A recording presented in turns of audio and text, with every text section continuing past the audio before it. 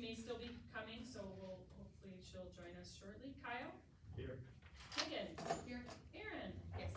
And we also have Marcus and Jada joining us tonight. Thank you to both of you. Just a quick note for everyone that's here tonight. We are, for the first time, recording our meeting. So you'll see we have a camera in the corner.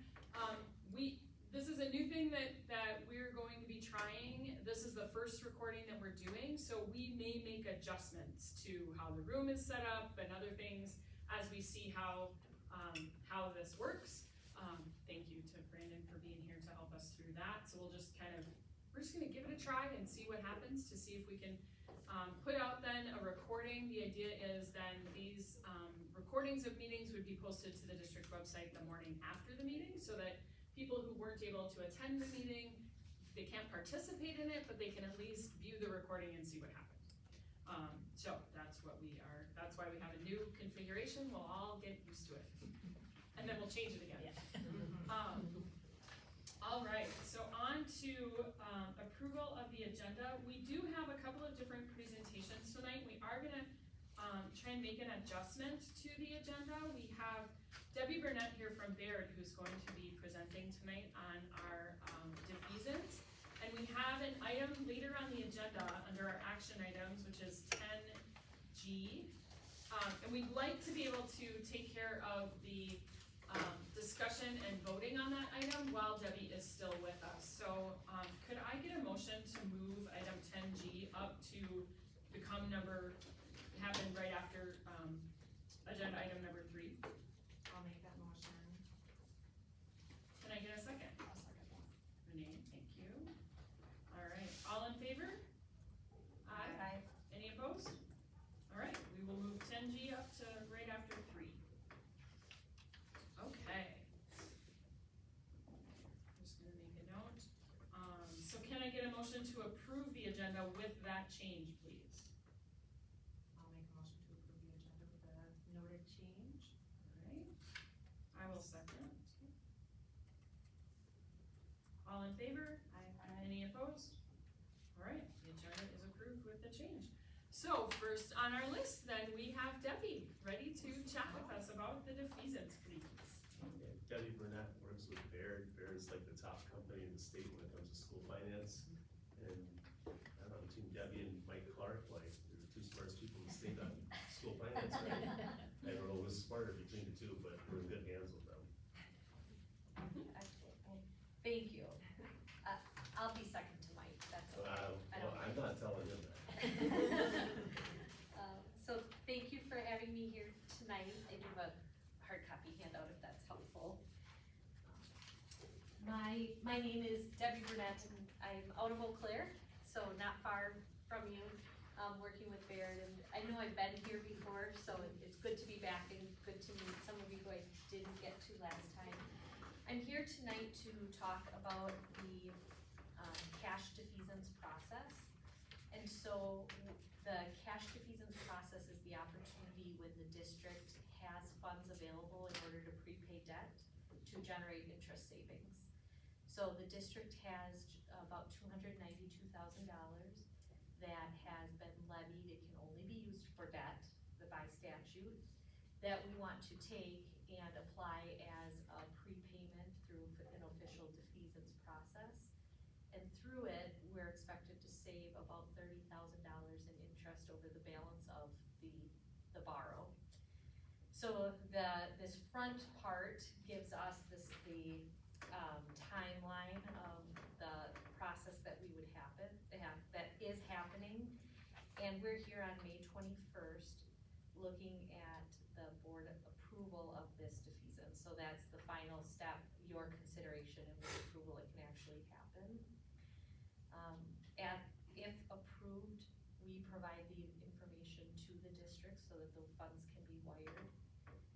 The defeasance process takes the funds and puts them in an escrow account. And that escrow agent will become responsible for your debt. And then when it becomes prepayable, the escrow agent will make the payment on your behalf. But upon sending the money to the escrow agent, it comes off of your books. So from your lens, it's paid at that point. We have it scheduled, if you look on the back can see how we plan to apply it. So you currently have one referendum approved debt issue, and that's outlined in the before defeasance category. And as it was originally issued, it was scheduled to be repaid in full in 2039. The district has gone through this defeasance process in the past, and I had the team pull the savings that you've already realized. So you've already realized $682,000 in interest savings through your previous defeasances.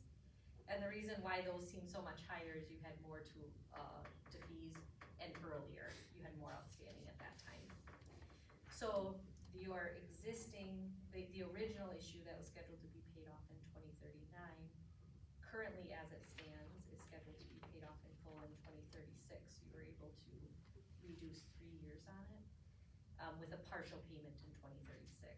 With this defeasance and application of funds, we would be reducing instead of taking it off of the end, we are proposing to reduce all of the remaining issues. And what that will do is reduce each levy by about $30,000 each year for the next 10 years. And that will give the district additional levy flexibility for a possible, maybe your operational levy changes. Maybe state does something with, and so it just gives you $30,000 of additional flexibility each year versus taking it fully off of the end, which still has it now scheduled to be paid in 2036. So if approved and applied in this way, that 30,033 is estimated, would be savings you would realize and become yours and known, and again, the escrow agent would become the owner of that debt. I think the final thing to note within this is that this doesn't take away the ability to continue to look at it for potential refinancing, or you can continue to prepay in the future. So this is just the next step in the process. We're continuing to evaluate it for refinancing. The market just isn't there right now with current rates, as you might be aware with what's happening out in the market.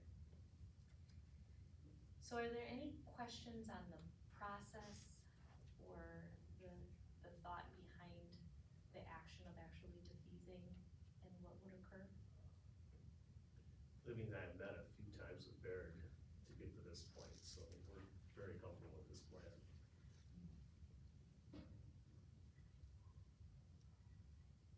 And next year, our operating cost referendum will go from $500,000 to $875,000, so that's an increase. So this is a decrease on next year's budget, so it kind of dovetailed together. So that was one reason why this was more advantageous for us at this point.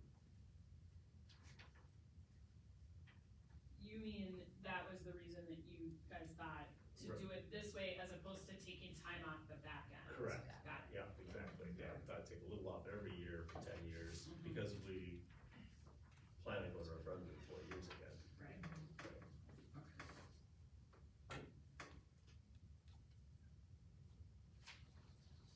Any questions from board members about the process or the finances involved?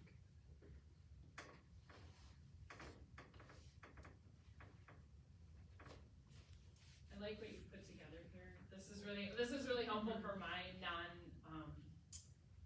financial brain to be able to read this and understand it. Oh, thank you.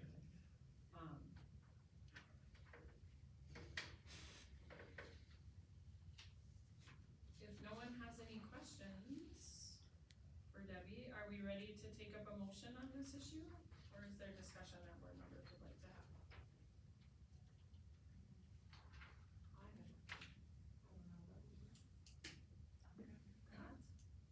Alright, if you guys are comfortable, if I can get a motion to accept the proposal for defeasance, let me read it. A motion regarding the resolution authorizing the defeasance of a portion of the Frederic School District's general obligation refund bonds. I think is the language in the motion. Can I get a motion for that? I'll make a motion. Can I get a second? Second. Alright, if you guys are comfortable, if I can get a motion to accept the proposal for defeasance of a portion of the Frederic School District's general obligation refund bonds.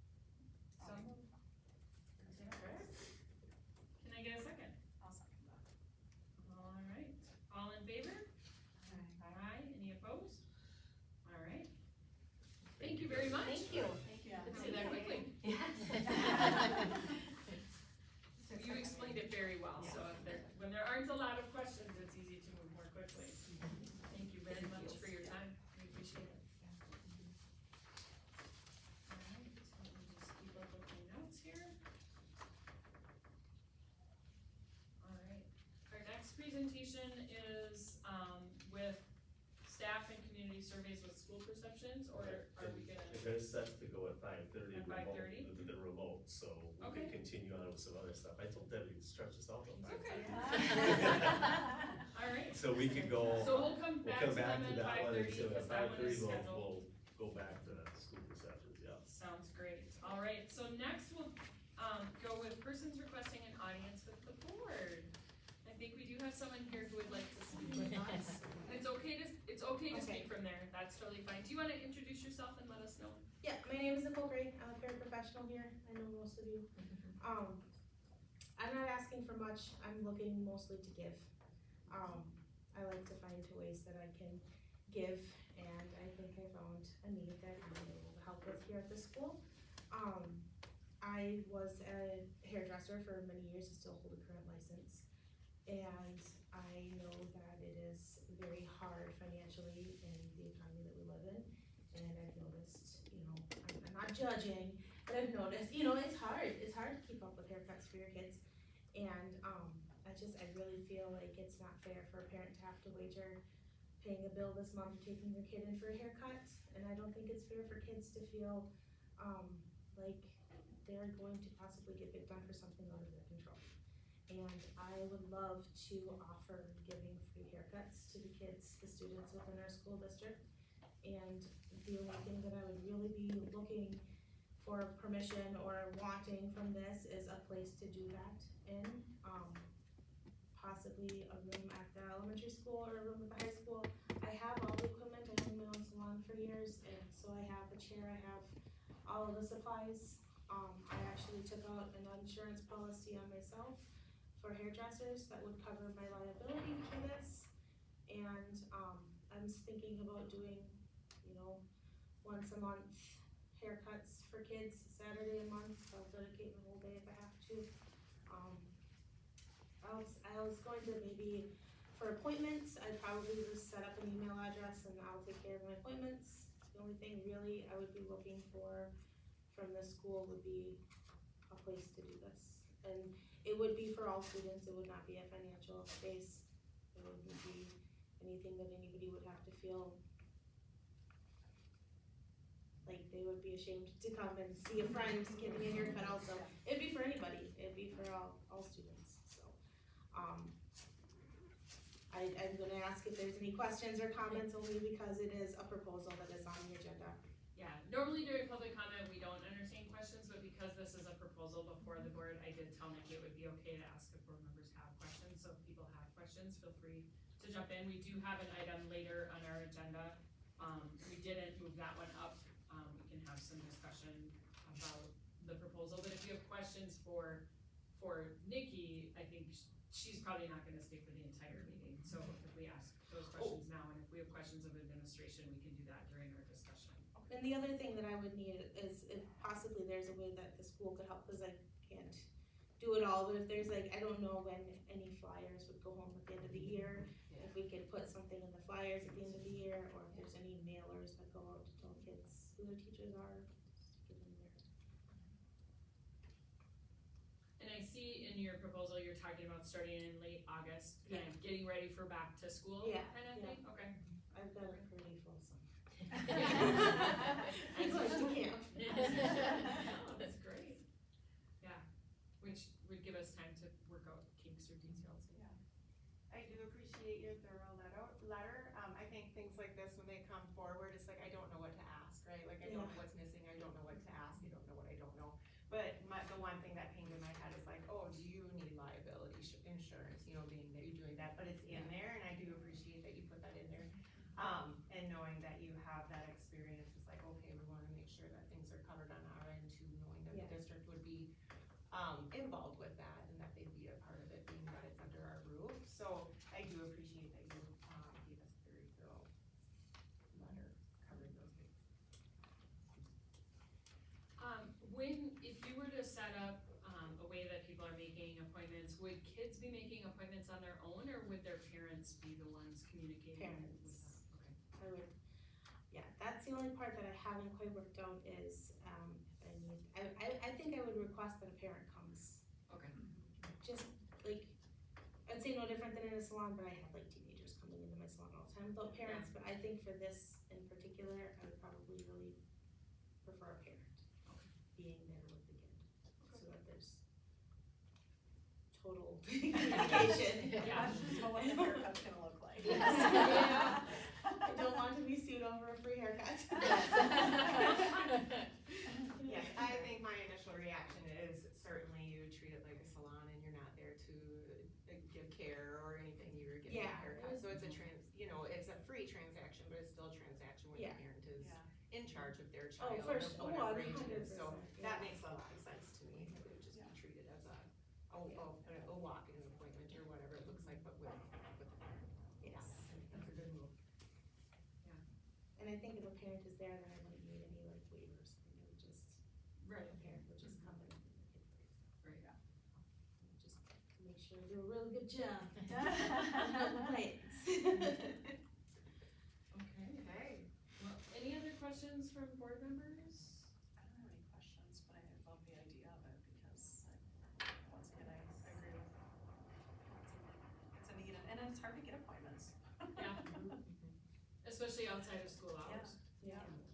So, Well, we'll have our full discussion when we get to that item on our agenda later tonight, and then we can, administration can work with you on details and that kind of stuff if that passes. We really appreciate your time. Thank you. thank you. Thank you. All right. I'm gonna wake my computer back up for me. Alright, on to the consent agenda, number 6. There are, minutes for board members to review from previous meetings, invoices and receipts, of course, and budget documents. Kyle, is there anything that you'd like to call to our attention on the invoices or receipts? The invoices, 28,290 is for imprint, that's the $2,400, that was for the chairs for the staff for Staff Appreciation Week, and I think those were well liked by the staff. And then if you see the one on the next page, 28,298, that is, software, Epic Creations is software through the Common School Funds for software for the library. And I didn't know what this one was, I'd ask, 28,396 on page 13, that's our quadrant leasing for our, copiers, it's $194, and that's a quarterly bill. And in receipts, we did receive our payments for taxes from Burnett and Polk County.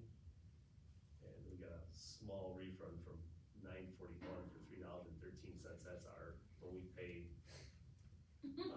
income tax to the federal and state on behalf of our employees, they kick $3.13 back to us, so I don't know why.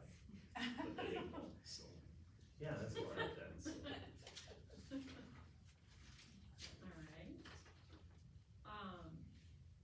We have, for our contracts and hiring, we have, a contract for Marcus Cornelius, our new 612 principal. Congratulations and thank you. Contract for Crystal Sensala for band and Megan Peterson for 4K. Anything that you guys wanna talk about there? We're excited about all three. Excellent. Yeah. Some summer coaching contracts for middle school softball and middle school baseball.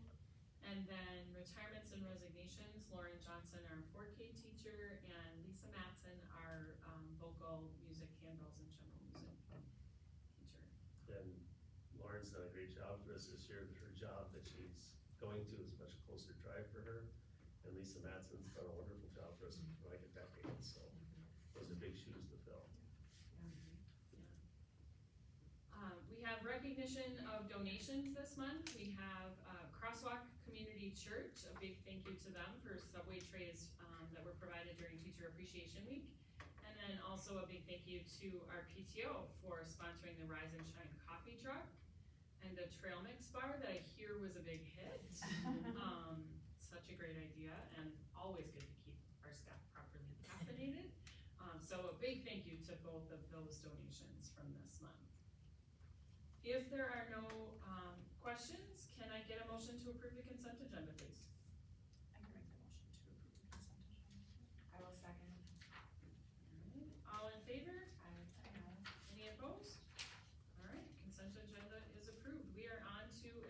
administrative reports for May. How is it May? It's nice. It's May 21st. It's May, yeah. It's May, but it's really May. It's June. All right, Kyle, you wanna start us off tonight? Oh wait, we have 6 minutes before our Yeah, okay, I'll presentation. start. So I don't know. keep a watch on our clock. Jada, yours is really long. Anyways, I just wanted to mention, I went to the Hayward to talk to the joint finance committee and give my 2 or 3 minutes worth of what I think gotta do with the state budget. And there was maybe about a dozen superintendents there and stuff, but we really are pushing for 60% in the special ed. But it was good to go there, see those folks and keep on their heels that we need to do something, so it was good. Oh, and I thought last week's Evening of Excellence was really something. $96,000 for 20 graduates, not counting the Friends in Scholarship for the ones that are going to the tech school. That's amazing. That's That's a lot of support from the local community. It was a great night, yeah. And graduation went really well last Friday, I thought. Excellent. Yeah, the evening of excellence is very, very well done. Yeah. All right, Megan? Yeah, in regards to acknowledgements for donations, I also want to give a shout out to Chief Brandon and then Nick Scout from the village for donating their time to make sure that our bike rodeo, our 7th annual bike rodeo went off without a hitch. We don't pay them for their time at all coming in, and they do what's really great for our kids in our community, so huge shout out to them.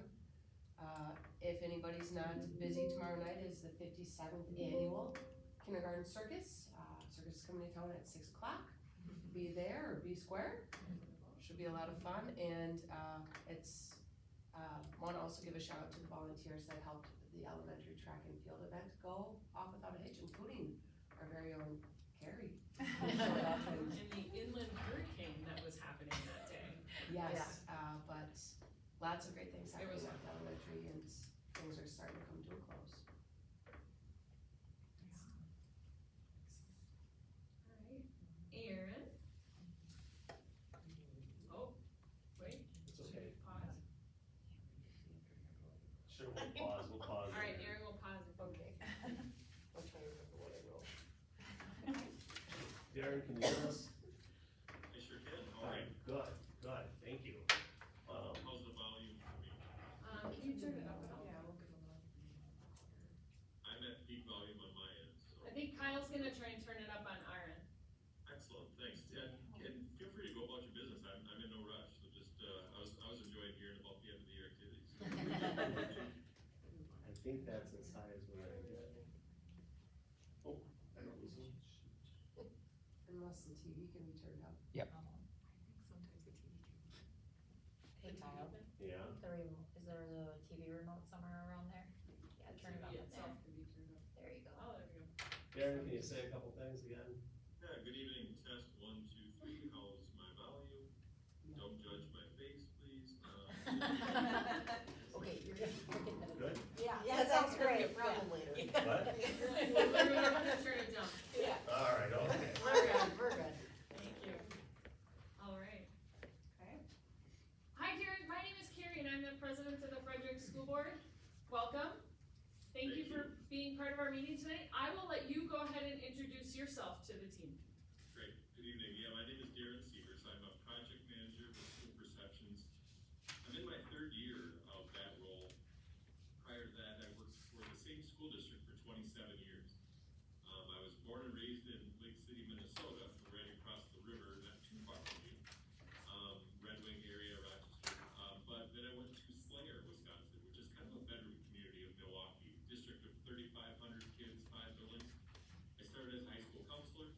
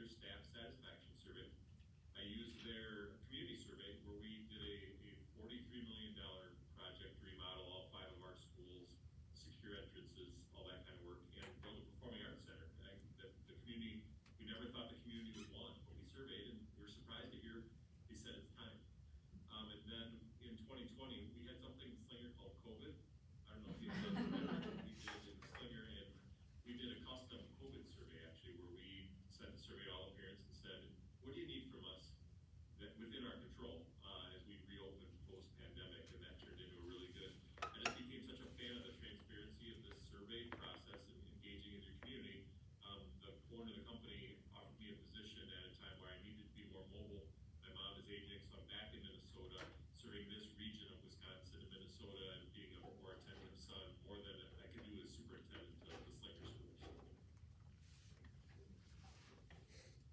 So that's my background. Are you ready for me to present about our survey tool? Well, Yes, yeah, oh, and- I was, Go ahead, I'll let me talk a minute there. We're interested in knowing what our community wants and how our staff is doing is our two areas that we're looking at. And you sent 2 proposals to those, so go ahead and tell us about each of those. Yeah, and I actually embedded within the PowerPoint one other survey that the board may have interest in, and again, understand there's no pressure, but I just want you to understand the full breadth of what we can provide you, within the company here. So is my PowerPoint showing up? It is not, Okay, well, it might be now, it's, yeah, it's there now, yep. okay, great.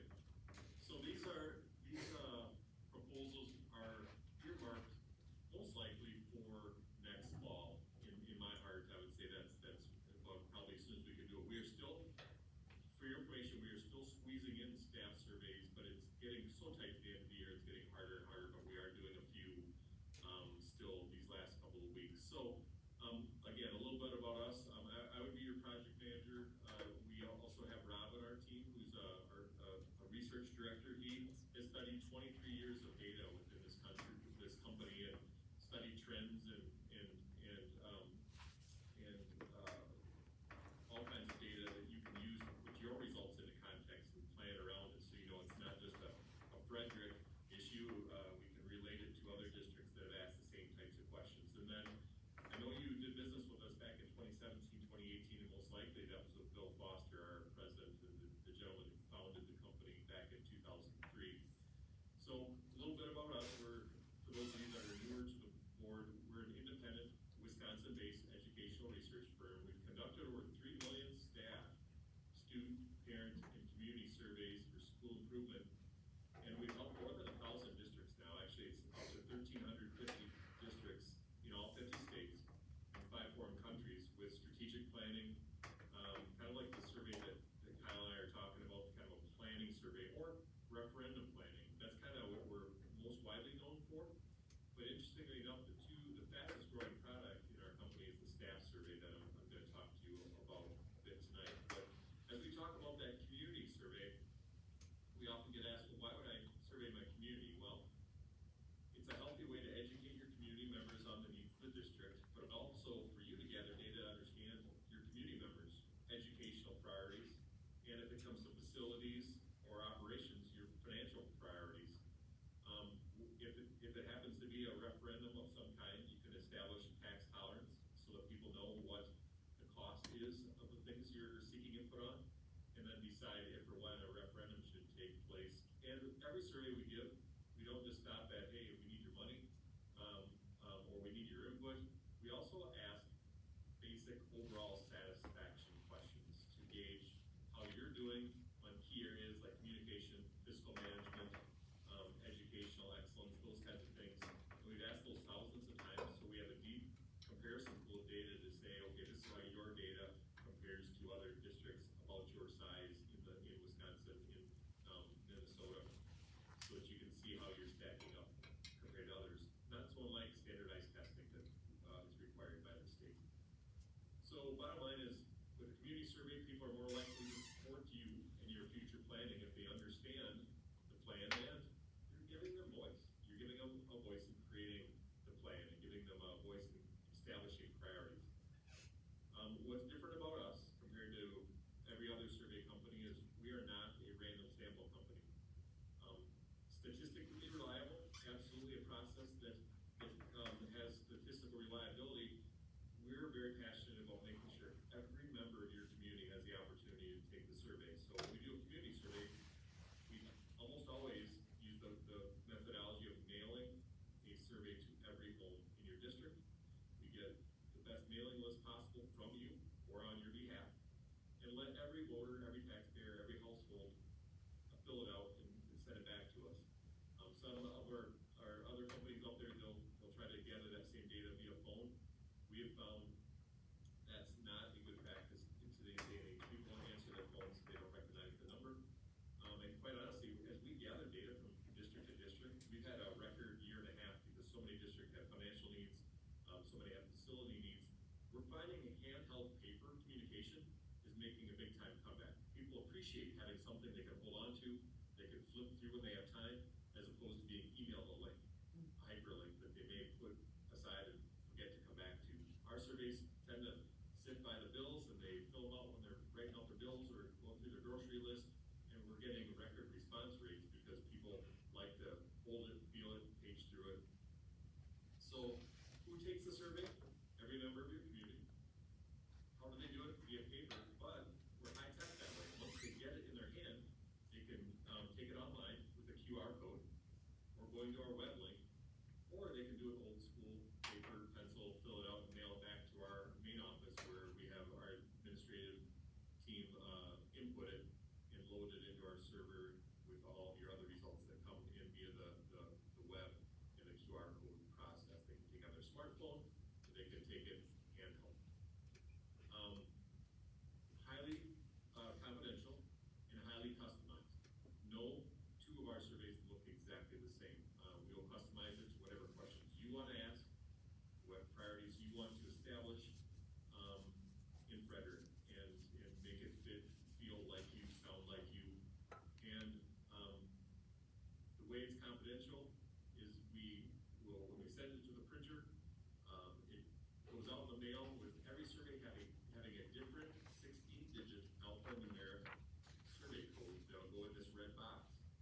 And with the web link, it automatically goes into the email. The parents and staff get it via email. And that differentiates it and allows it to only be taken one time. So there's no opportunity for people, particularly if it's a referendum, to ballot stuff to the yes side or ballot stuff to the no side, because it locks up if it's taken a second time. It won't allow you to take the survey a second time. So, generally speaking, we write an introductory letter with the superintendent or board president. It sounds like you, looks like you, has your school colors and logos on it, saying, hey, we're reaching out to you. We'll work on this later if you decide you want to partner together. What's the message? Why are we reaching out? What are we wanting to learn? In talking with Kyle, sounds like this is more of a planning survey. So what we, even though it's highly anonymous, what we do ask their age. We'll ask what municipality they live in case you want to disaggregate your data. This is a situation where Watoma wanted to know how their results in the city differentiated from those in the different towns and townships that fed the school district.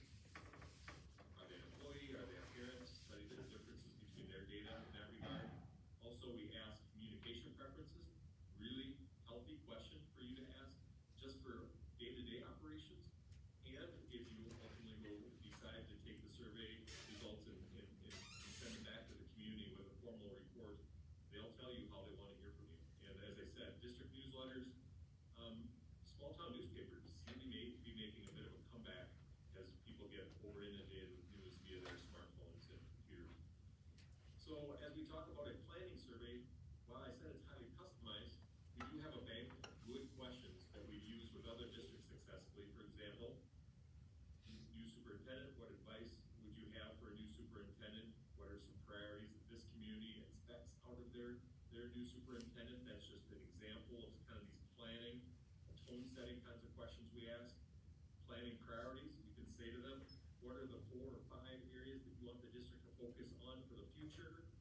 We say 4 or 5 within a list of 20 to 30 because, as you know very well as leaders and board members, your budget's not limitless, so we try to task the taxpayers with what's most important to you. And this is a sample report we did for another district where, no surprise, tech ed is really making a comeback, really making a surge, feeding the skilled trades, getting kids excited about the money they can make, maybe not going to a 4-year school and getting into an apprenticeship as an electrician, as a plumber, or something along those lines. But also life skills are on people's minds, hoping kids come out of school with the ability to be independent livers and not living in mom and dad's basement and build a life of their own. Recruiting and retaining high quality staff across a lot of districts where we surveyed this question is a big worry amongst the community, the lack of people going into education these days. So this is just a sample of how we can disaggregate it by the staff feedback, by the parent feedback, and by the 75% of your community that doesn't work for you and doesn't have kids in the system, but you want their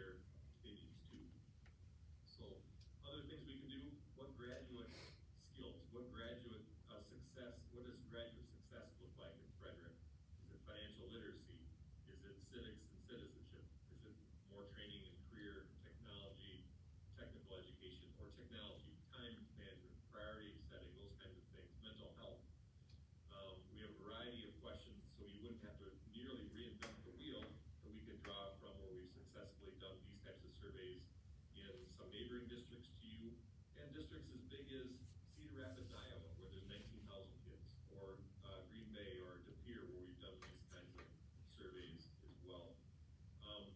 Time frames to keep in mind, just to give you a ballpark, if it's something to go on a ballot, we need to get you the data in compliance with the resolution deadline. If you were looking to ask for operational dollars or capital dollars for building needs. But once the survey is written, it's about an 8-week turnaround from sending it to the printer, 2 to 3 weeks, then 2 to 3 weeks where we have the survey out in the community. Like to have 3 weekends because people tend to take the surveys on the weekends when they're paying their bills and catching up on their personal life. And then it takes us about 2 to 3 weeks to compile all of our findings and get you a report in a PowerPoint format to tell you this is what we learned from the Frederic community with our survey tool. So just to give you a ballpark idea, if you were to approve our proposal and want to engage in writing a planning survey to get community feedback, we'd probably start writing in August, get some drafts in front of you in August and early September, try to get it approved by the end of September, get it off to the printer, survey during October once homecoming's behind us. Everybody's kind of into the routine of being back to school, and then I can present a report to you online or in person by November, so that by December you know what you learned and what your next steps are with program changes or whatever it is we decide to gather feedback on in your community. Again, our goal is always to give you data 6 months ahead. If it's leading to a vote, we want data 6 months ahead of when the vote would take place. We found that's the sweet spot. A year ahead, people forget even what they said in the survey, and then it kind of gets old. But 6 months gives us enough time for you to be nimble and try to decide what you want the next steps to be with your planning. Let me just stop there. Any questions about our community survey before I talk you through our staff survey tool? What's the process through the process of survey design? How does that process work? Do you guys come in and meet with us to talk about the different options, or talk about priorities or what we're trying to get to try and figure out what questions to ask? Yeah, great question. You would establish who's gonna kind of guide this process. In Slinger, it was me and 3, because it was building based, the 3 buildings and grounds committee members, and I met with the survey company and said, this is what we want to learn, this is what we want to know. And then Bill Foster, the owner, who ironically was a Slinger parent in our community, he wrote the survey and put drafts in front of us every few days until we felt like it really sounded like us and hit the mark of what we were trying to learn. So there's a number of ways we can do that. I can Zoom with the board, with Fulda, Minnesota, where we just, crazy story, they surveyed the community. We said it was too close to call, really right on the line of 50-50 support. They passed it by $32 million referendum by 3 votes. So that just happened. Crazy close, like closest. But I met with in Frederic, in Fulda, I met with their board in totality every time with every draft. Some other times the board will delegate that to the superintendent, will write, and the superintendent will email it to the board, and the board members will critique it, send feedback back to the soup, and the soup's kind of the liaison back and forth with me as we do several drafts. And we've had districts where it's 3 drafts and we're done. I'm the guy that I guess I didn't realize this till I joined the team. We set the company record in Slinger with 32 drafts. And so I think that they still hired me. I mean, goodness. But no, I just had some board members who just were really, really finicky about some words, and they were really reluctant to ask a performing arts center question, and it just took a lot of drafts until they were finally comfortable asking the question. But one thing I always say is, whatever you want us to ask, you're not going to referendum. You're going to survey. You're just asking safe questions that they can say no to. So this is the time to vet anything you've ever wondered. But you, as a board, can be as involved as you have the time and energy to devote to it. We've done 6 a.m. meetings with boards that want to get it in before they go to work. We've done it at night via Zoom, or they delegate it to the superintendent, and every 2 or 3 weeks they'll have a special where they'll review the latest draft of the survey until they're comfortable saying, okay, let's send it to print. Okay, thank you, that's helpful to know. And one big piece for you to think about is printer. If there's a local printer that you trust and really want to do business locally with, we encourage that. That's why it's not part of our proposal, is because you may have a printer that you just have an allegiance to. In my community, the local printer was also the Rotary president. There's just no way we weren't gonna do business locally. But we also have a stable of 8 printers we use regularly all throughout our projects all over the country. They do high volume discounts for us because they just love the steady work that we provide them. So no preference to us. You just let us know the printer you wanna use, or we'll get you quotes from 3 of our best, and you choose the company that you think has the best pricing and maybe meets your needs. So we're very nimble that way. Same thing with the mailing list. We have a regular newsletter that goes out, we'll use your mailing list. If you don't, we have a vendor that for $150 will get you the freshest mailing list with all your newest subdivisions and whatever's going on in Frederic, with all the current homeowners and addresses on it. So we can mail it personally to every head of household in your district, so it gets to the right people. We do every phase of that. Okay, thank you. Yeah. Anything else on the survey though? Good question. I think right now, the community survey, we just wanna know what the community thinks of our school, right? I mean, we're not Yeah. looking at any projects or anything, but we're looking at how we doing, you know? Or at least the perspective of how they think we're doing. Yeah, I think we'd have to have some conversation about, yeah. And how often, Darren, if you do a community survey, is there any guidance or rule of thumb that you guys use for how often a board should be thinking about going back to the community with additional future survey? Like what's a good cadence for Yeah. community survey? I think it just depends on what the end game is. I mean, Okay. Kyle talked about it. Talked to Kyle, I got the impression that it was mainly just feedback on communications, feedback on how things are going, feedback on future programming, some of those kinds of things. I would say don't go back until you've had some time to move on what they've already told you. So get some of those priorities in place, show that they were heard, that their voice mattered, and then you can maybe use the next survey, let's say it's 2 years from now, say, thanks to you and your feedback, we got these programs in place, we've made these changes, now we're back for another round of what's next. And it's this every 2-year, maybe every 3-year cycle of self-improvement. I think it depends on the stamina the district's budget and leadership team has for implementing the changes that you heard in the first one. What you don't want to do is go back so often they're saying, well, they're asking again and they haven't even done anything with the first one. I think, I mean, we could do a survey for you and we could bill you for a survey, but I think it would be educationally irrelevant to do that on your behalf until you have time, and it takes time to make changes. I'm gonna talk about the same thing, the staff survey. Don't do it again until you've had time to implement changes that can be measured, maybe by that second survey. Say, how are you feeling about the change you made? Okay, what's next? And then that gets into a nice cycle of continuous improvement, in my opinion. Thank you, that's helpful. Continue to think about community survey questions, but then I can show you the staff survey too. And like I said, this is with the talent pools being shallower than they've probably ever been. I'll tell you a little story. My first year as elementary principal in 2004, at a first grade opening, we had 685 candidates apply for that first grade job. In spring of 2022, my last year as superintendent, we had a first grade opening, we had 22 candidates for a first grade opening. That's how different things have become. That's Yeah. As far as the desires to become a teacher, do what it takes to be a successful teacher, etc.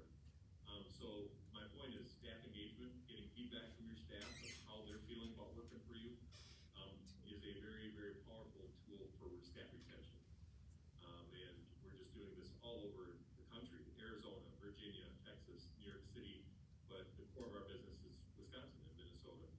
So we have a staff check-in survey, that's our most popular survey. We have a new employee check-in survey. We have employee exit surveys. That's been growing lately. Districts are trying to say, whoa, stop and leave. What's going on here? Why are you leaving? And they make that part of their standard practice. Or we can just customize a survey for you, because that's one of the beauties of I've learned once I'm behind the scene here with this company is we can do any survey you want, like they did for me with the COVID survey. The reports you get, they range. We always give you an executive summary of findings, a nice one-pager to summarize what we learned. And generally speaking, most boards and superintendents ask for a question-by-question breakdown of how each question scored. We also provide you comparison reports.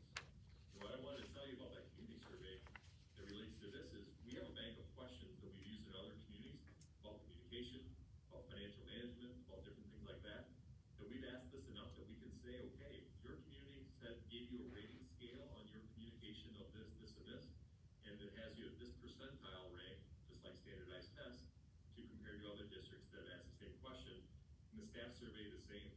We've got hundreds and hundreds of districts in our server that we can compare the scores your staff gives you and compare them to, let's say, pay scale, where you are on a 0 to 100 to 99 percentile compared to other districts with their pay scale, with regard to how your tech department is supporting them, with how you're doing with discipline, so they can teach and not manage kids all day. And then leading districts that we work with do this annually, just as part of their annual self-improvement. Unlike the community survey, we're removing some very big pieces probably, wouldn't necessarily survey every year. The staff survey is a very healthy thing to do once a year, and then do it always that same time of year. So everyone's in the same frame of mind and has that same mental mindset. And then you ask them, implement a couple of changes, go back and ask them again. Did those take root? What else? What other feedback can you give us? And I'll just talk about Tomahawk. Wendell up at Tomahawk is in his third year. I met him with my first year on the job, and every year he does the same process. Continuous improvement. He's surveying his staff, his students, and his parents annually, and implementing improvement goals into their strategic plan based on the data we provide. And that's where the longitudinal report comes in, because once you have a year one under your belt, then you can come back and say, where have we improved based on what we learned last year? What areas haven't changed? And maybe what areas have regressed a bit? But the bottom line is, I don't view the surveys of the staff, parents, or students, but today we're talking about the staff survey, as we're looking for problems. You also are trying to identify your strengths. You want to say, where are we doing really well? And where are people particularly happy in Frederic, so that we can protect those areas, maintain those areas, and hold those up as a source of pride and understand why they're going so well. So it's not just an autopsy looking for illness, it's also a wellness check to see what things are really, really thriving, and things that we've got to be proud of and maintain. Just to give you an example of the kind of data, when I talk about the executive summary, this is the easiest one to show you because it's clean, it's one page. All the questions that we ask them feed into one of 5 areas. Academic areas, how engaged they feel, do they feel valued, heard, like they can contribute, how supported do the staff feel, what's the student experience through the eyes of the staff, and what's the staff experience through their own eyes, and how are they feeling? And this is a district example of how we did a 2-year study. So the first column is what they scored this year, second column is how they scored last year, and we calculate the percentage change. And then after redoing the results in year 2, what percentile rank do they have? Now each of those indexes have roughly 7 or 8 questions that feed into them. So we'll break it down question by question and say, let's support it. Do I feel supported when I send a student to the office? Does the staff development give me the tools I need to work with the kids in my class?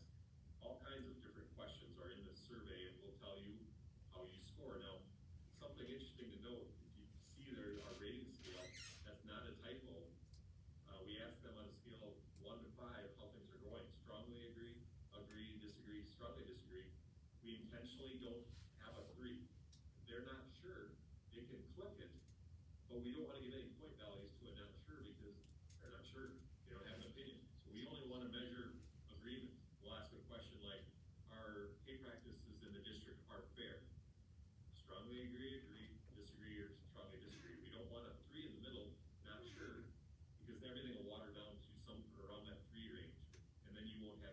conclusive data. We will give you very conclusive data, leaning one way or the other about how each of the questions that we ask is going.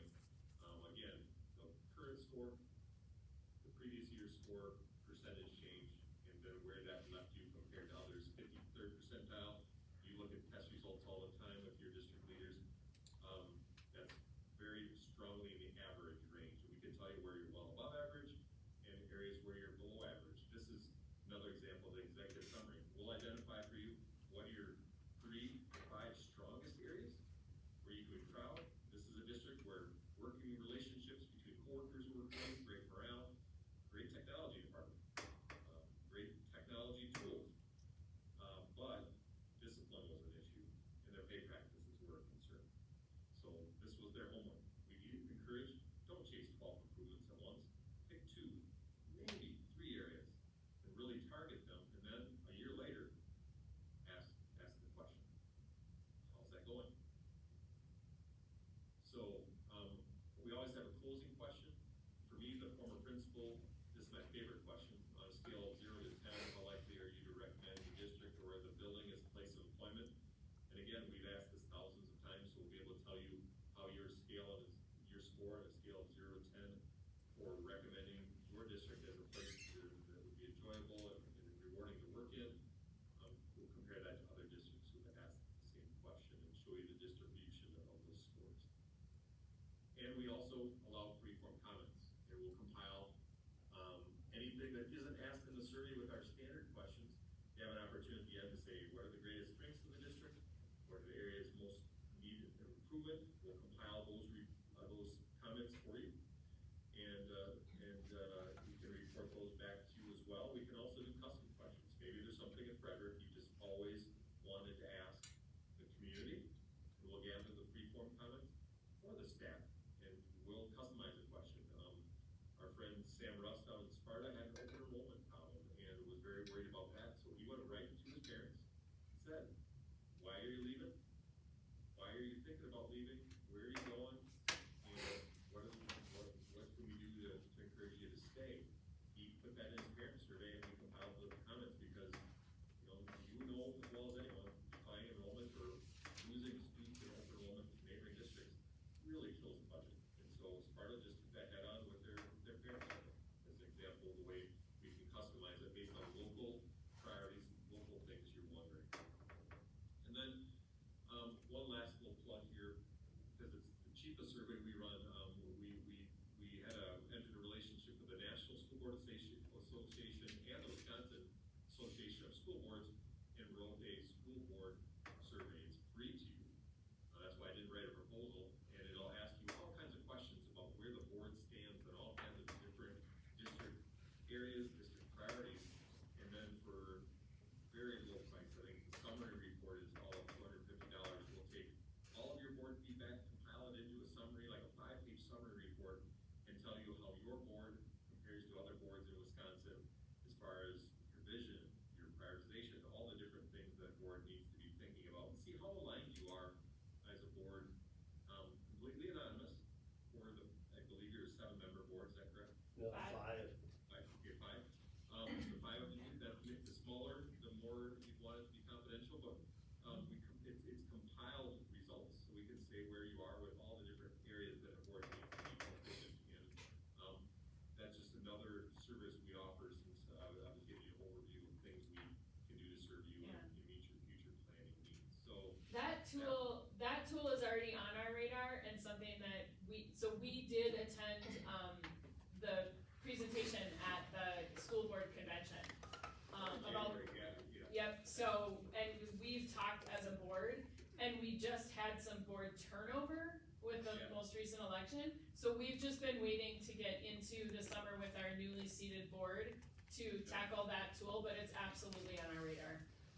Nice, that was really a neat exercise with the School Board Association, and that's why we don't charge for it. We just think the board leadership is so critical. My boss is an interesting guy. He's not really interested in making lots of money. He just wants to be able to pay his employees and do a nice service for schools. And so it's been really rewarding to work with this company and still be able to help education, but just do it across multiple districts instead of my one district back in Slinger. So what questions do you have of me about any of these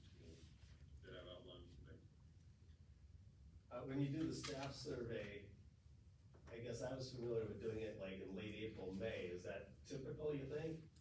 Yeah, 70%, 70 to 80% of our districts do it in March, April, or May. Like, we always use, when I say March, April, or May, we kind of use spring break as the optimum time.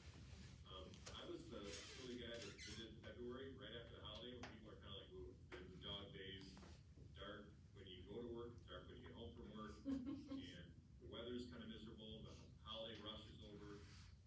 I would not encourage that. I got helpful data, it's like you doing it year after year, but I would tell you March, April, or May after spring break, people can see the finish line, but they're not unplugged from the current year.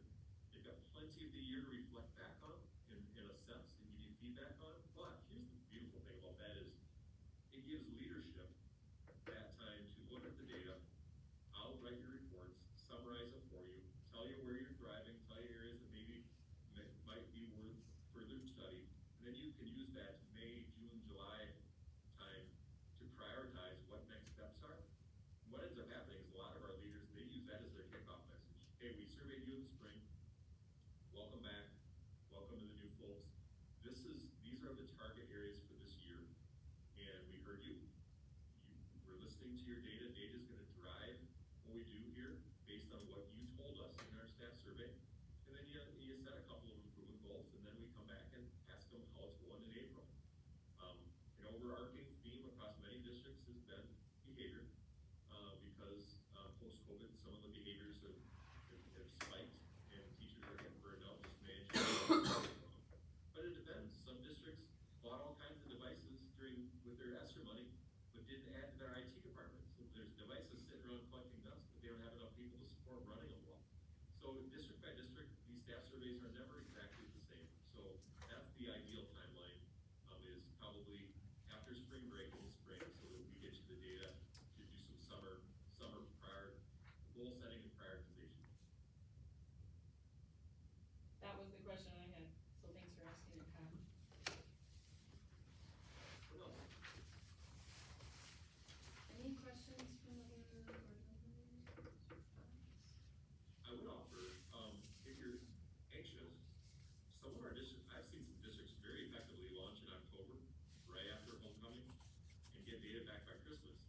And then their administrators try to implement some improvement strategies January, February, see if they take root, and then come back the following fall and survey too. So it's not only fall is out of the question. I don't know if you know where Hastings is, but they had a new superintendent 2 years ago. Hastings is right across the river from Hudson and in that neck of the woods and Prescott. And they really effectively used October as a window. And then I went in and I did a deep dive with their board, looking at their data, and they were too anxious. They didn't want to wait for spring. They wanted to get going because she was good. She said, shoot me straight in October. I've only been here 4 weeks. Let's figure out what's on your mind right out of the gate. And that works well too. Just stay away from the holidays and the busy time. Because we want a high response rate for you. And quite honestly, the hidden secret of that, build it into their day. You know, if Kyle has, his principals have a staff development day, or a late start or early release, or wherever you can squeeze in your trainings, gift them a half an hour. It takes 10 minutes. It's a 30-question survey. Give them 10, 12 minutes within their workday. It's a professional activity. Say, okay, go back to your desk. We launched to the minute you request us. I just had a district this morning, Cedar Grove, Belgium. They wanted to launch at 7:30 because they were having a staff meeting at 7:45, and it was in their inbox. They dismissed them and went back to their desk and took the survey right away at 8 o'clock. So we want to be that intimate with you so it meets your needs. Excellent. Any questions for Darren? So I think our process, we wanted to hear from you. We've just been getting started with this discussion. You know, I think we've been interested in learning more about how to do surveys the right way, and that's why we wanted to talk to professionals and understand that a bit better. So I think we're gonna continue to have some conversation as a board and probably have this issue if we're gonna have a proposal, or if we're gonna have a decision by the board to do this, it would be probably on next month's agenda. Correct, yeah, right. Great, I'll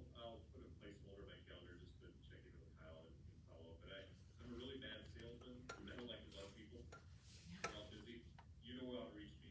And I just love supporting boards and districts in this new role, so just let me know when you're ready to get started, and I'll be thrilled to customize a survey that meets your needs in Frederic.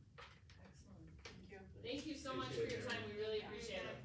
You bet. Have a great remainder of the year. I know this is a crazy busy time for graduation as well, and we'll be in touch in the weeks ahead. Yeah. All right, Thank you thanks, so much. guys. Thanks. Good night.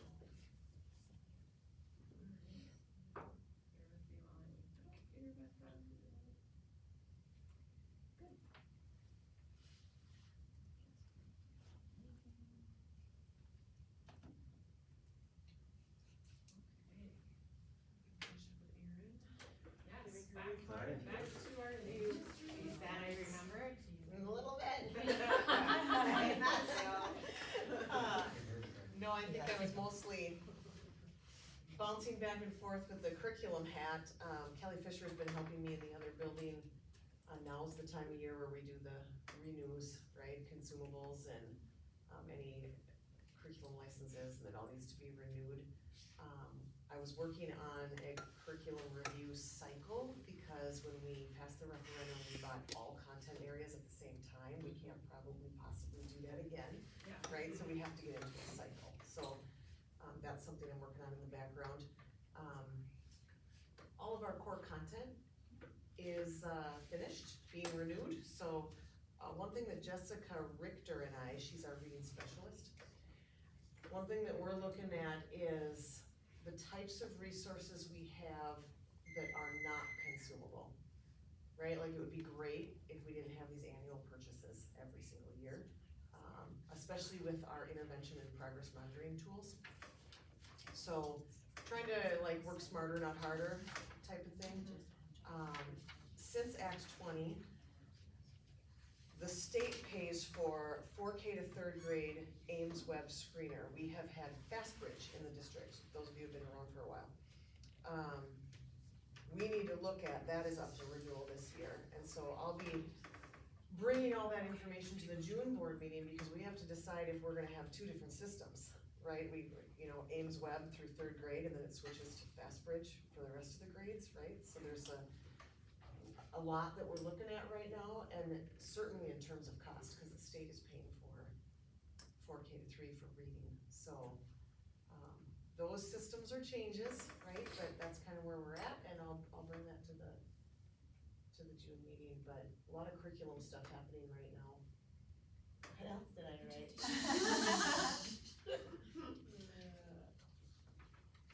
Yeah, hey, I nailed it. Good job. Just trying to seal the deal with teachers and planning their makeup time, their makeup day. And then of course, next year's contract has those 2 flex days, so we wanna be really intentional with those, so they're not just like decorating, right? Like, we wanna really get some work done with those. But they have one day this year, right, that was snow Right. or weather day. Yeah, we certainly have curriculum work to do. And you're hoping that will be at everyone, is there everyone's just doing it, or is it, Well, all I at think once?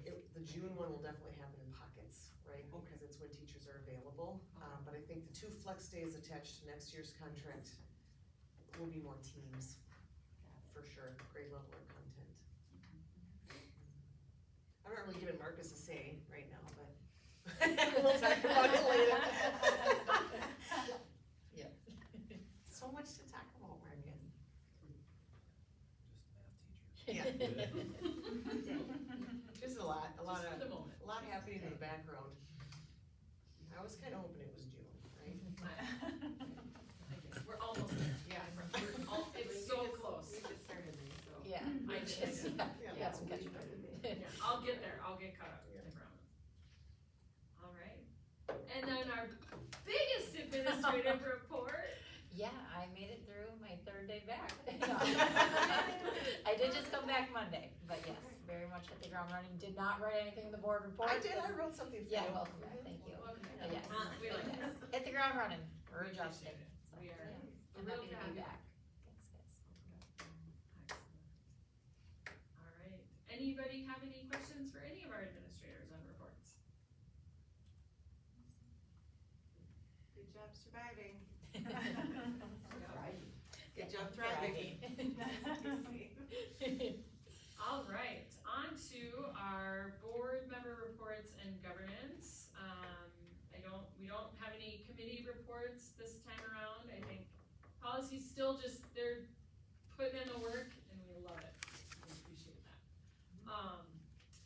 And then, 8B, I do wanna mention, just calling to everyone's attention, the Summer Learning Symposium that's in Stevens Point in July. I don't know if anybody is thinking about attending that, but if you are thinking about attending that, communicate with Jessica, she can help you out with registration arrangements and that I kind of don't know stuff. what the due date is for Might- registration. Yeah, I'll make a note and look that up I and was send gonna it to say, you. I've gotten a couple emails. I don't know if the I'll top try and of put it my by head. Friday. Yeah. I know that I cannot go this year, so.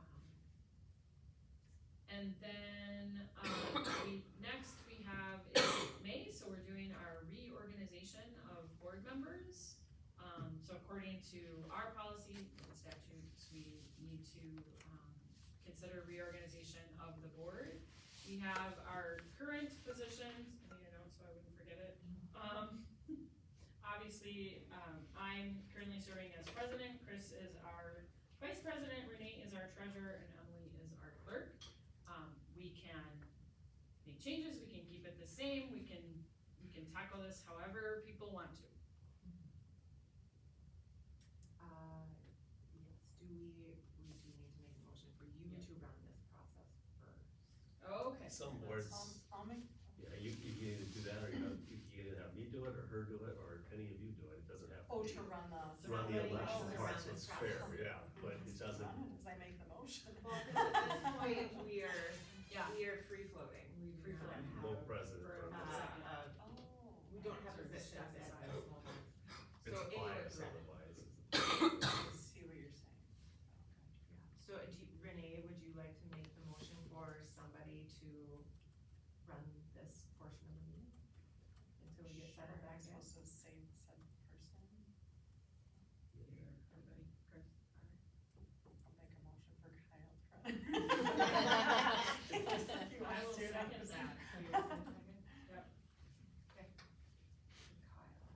Okay, we will start with the election of president. I will take any nominations from any board members. I nominate Karen to continue. All right, Renee nominates Carrie. Are there any other nominations? Any other nominations? Any other nominations? Then I recommend we pass unanimous ballot for Carrie to continue on with the presidency. And now Carrie, you can run the meeting again. Now can I? Yep, you're back in All charge. right. I get a 2-minute break. I don't think I can do it good. Yeah, that was it. Okay, well, thank you very much for that. So we have Chris as our vice president. I will entertain, can we just do You could do it all in one if you wanted to. do it all in one? Sure, you're the president. Now. I make a would love for you to make a motion. nomination, or would it be a motion or I think a nomination first, Okay. and then we see if there's any other changes. I would like to nominate Chris as vice president. I'm gonna keep going. I would like to nominate me as clerk, and I would like to nominate Renee as treasurer. And keep us in our spots. Alright, any other nominations in those spots? Any other nominations in those spots? How many times did you do that? Any other nominations in those spots? Alright. I would like to, we can pass by unanimous ballot to have those assignments in those spots. We don't, No, we're good. No, we're good. We don't need to do a motion? I don't understand. Yeah, this Okay. count, you can vote if you want, but if there's no other nominations, you're good. We're good, so unanimous ballot, alright, all that and nothing You changes. did. That's okay. Alright, It is okay. we like it. Okay. I appreciate that, thanks everybody. Alright, so we're reorganized, that's good. The next thing is committee assignments, so, the board president does appoint the committee assignments. I conversation with folks about board appointments and committee assignments, cause I want for people to be working on things that they like to work on and they're interested in working on, rather than being, voluntold, as Erin says. So, based on those conversations, I mean, our policy committee is Renee and Chris, we're going to keep that the same. We certainly don't wanna upset that apple cart, they're working hard and doing wonderful work. For our education committee, we're actually gonna stick with the dream team, Renee and Chris together. There's some stuff for that education committee to tackle that we think will really, be helped by the expertise and wisdom that they bring. For personnel and finance committee, I will stay on that committee and Emily is gonna join me on that committee. I can use her thoughts and wisdom around those personnel issues. And then our facilities committee Emily will stay on that committee and we'll add April, our newest board member, to that committee as well. Policy, I'm just kidding, keep it up. Policy is Chris, Renee, facilities, April, Yep. and then education is Chris back and to Renee. Chris and Renee. Good dream team. Alright, so those are our committee assignments. The next thing is that we need to appoint a delegate to attend the CISA meeting at CISA 11 in Turtle Lake, which is gonna be held on June 2nd. I have been the delegate in the past, I am not available on June 2nd, I have to be out of town that day. So, I'm gonna ask if there's anybody else that would be willing to be our delegate. I can talk you through what the meeting is, it's super simple, it's not a complicated evening, they usually have good snacks. If there's anybody else that would be available to be our delegate at the CISA meeting on June 2nd. I don't wanna commit to any board meetings right now because I've got a lot and I'm Yeah. holding up for, I might have to be available for a couple other upcoming meetings for Got it. job, or not my job, but. Yeah. So I don't, otherwise That's I totally would fine. totally take that, but And if and it comes to June 2nd and somebody can't go and I'm available, I would be happy to go to CISA and do that, but I don't wanna commit to that. And there because are I have- districts at times that don't have someone attend, and the world does not fall apart if we don't have someone that can make it that night. There are often districts that don't have someone attend. That's not uncommon. I don't have to do it.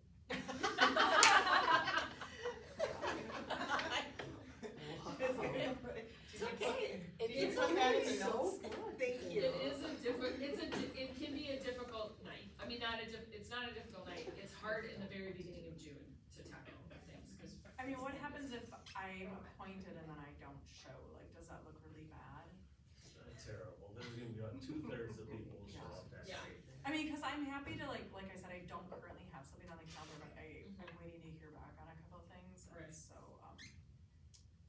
Any burning desire, Chris, to go? yeah, cause if you want to. My granddaughter's come to visit, No, 18-month-old. can't do that. She's just gonna be there, that's So- the first day. I think it would be totally fine, Renee, if you're willing to be the delegate, Yeah, but if you can't make it, it is. Yeah. Okay, that's just what I'm like, so I'll put on my calendars, I can go and do that.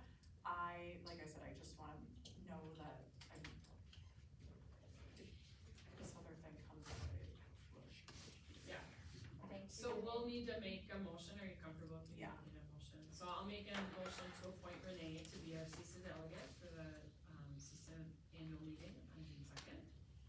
I will second. All in favor? Aye. Aye. Any opposed? Alright. Oh, you're fine, welcome. Alright, we're on to 8F. This is about appointing a delegate for the, state convention, for the delegate assembly. That's the, state convention that's held in January 2026. We'll certainly have time to revisit this if people's schedules change. I have done this in the past. I'm plenty nerd enough to want to do it again if no one wants to battle me for it.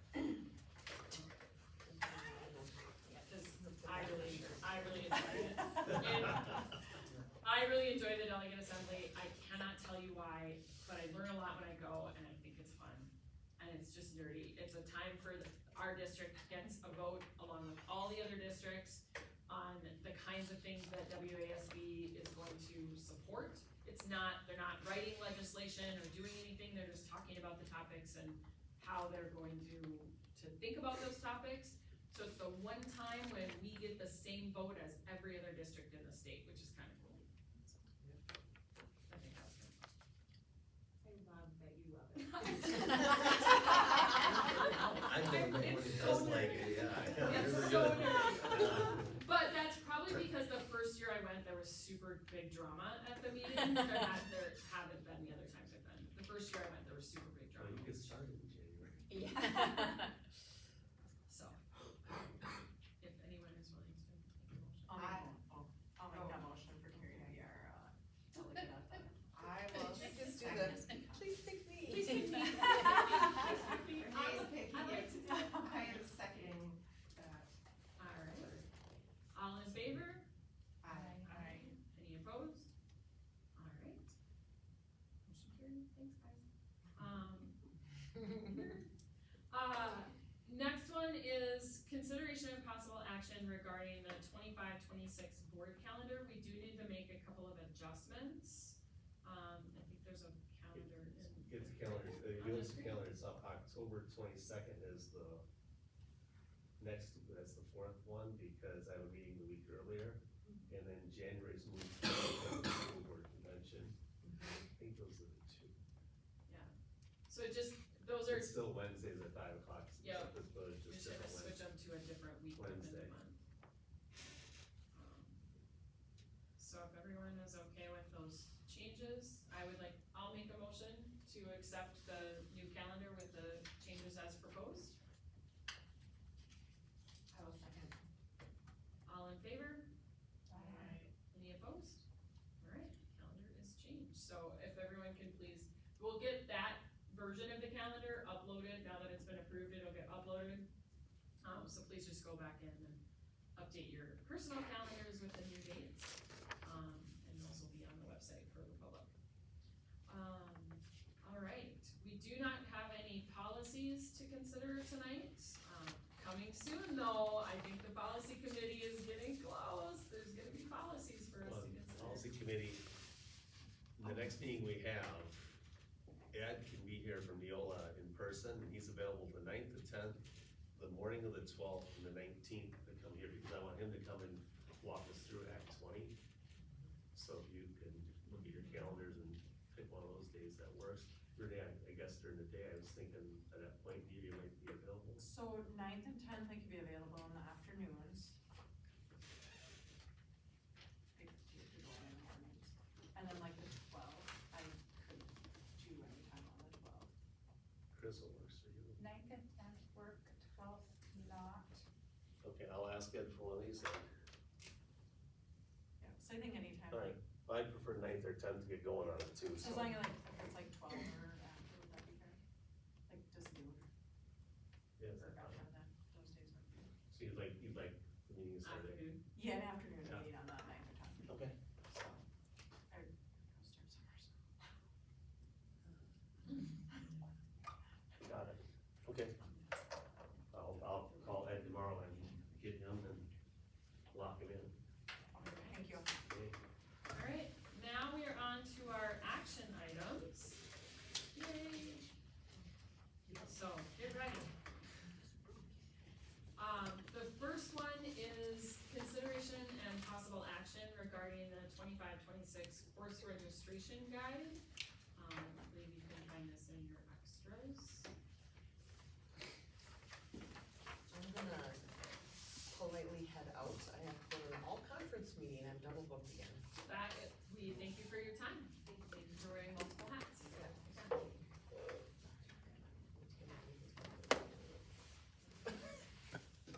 Thanks. The course description books, basically the courses we'll have for our high school students for next year. And it's just a practice I'd like us to get into of making you guys aware of what we're offering.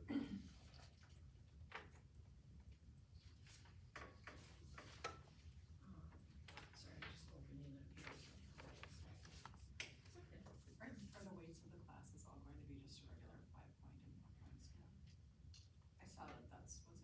Yes. No, we can't. Yeah, that's current what it is, and I think as we get moving here, there'll be more changes in the future, so right now, that's what we're looking at, yeah.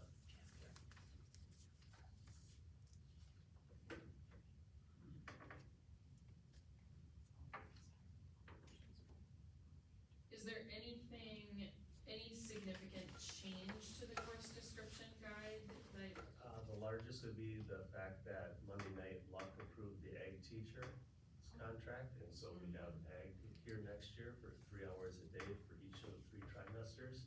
So those courses, and there may be some tweaking based on his skill level and what classes he offers. Ag teachers either like animal science, plant science, or industrial arts. They usually have a strength in one of those, and so he came in on Tuesday, and after Luck approved him on Monday, he came in on Tuesday and met with Emily Stotty, and we kind of have this generic placeholder still was approved, we had a candidate, and so that's a blessing for us to That's awesome. offer some ag. That's great. excellent, So that would be the biggest change. okay.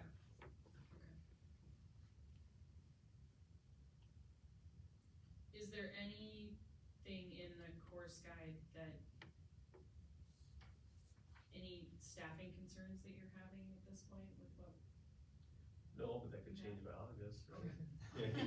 Okay. No, as of today, no, but, Okay. well, I mean, we're hunting for a math teacher. Yeah, there's a lot, no, I guess nothing that's not normal for 2025. Okay. Alright, if I can get a motion to approve the course guide as presented? I will make a motion.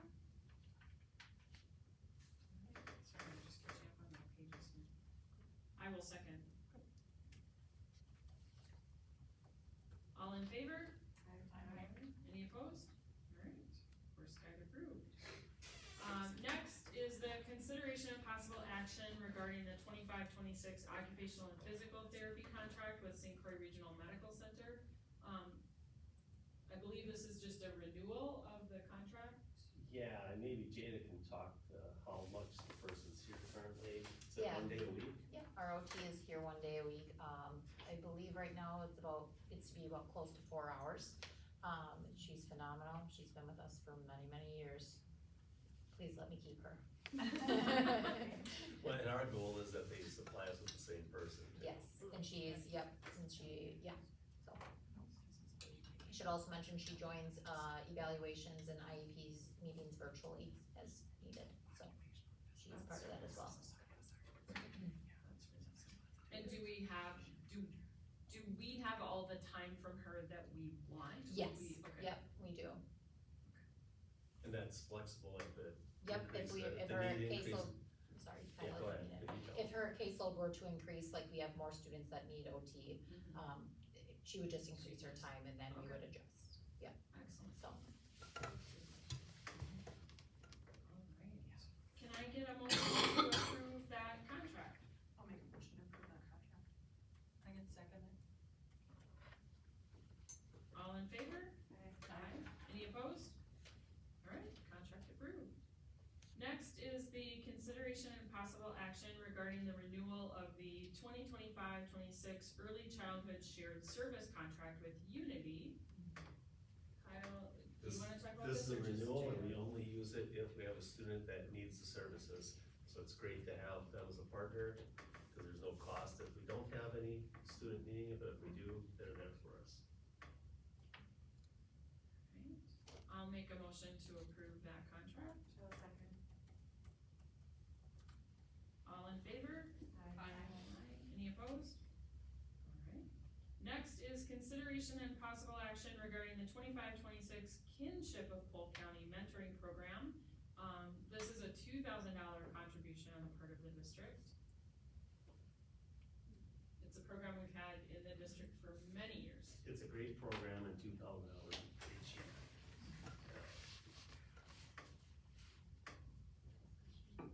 Any It doesn't discussion cover or the cost of the program, the county does, the 2,000 just helps, basically, because it's buy-in to it or commitment. I'll make a motion to approve the 25-26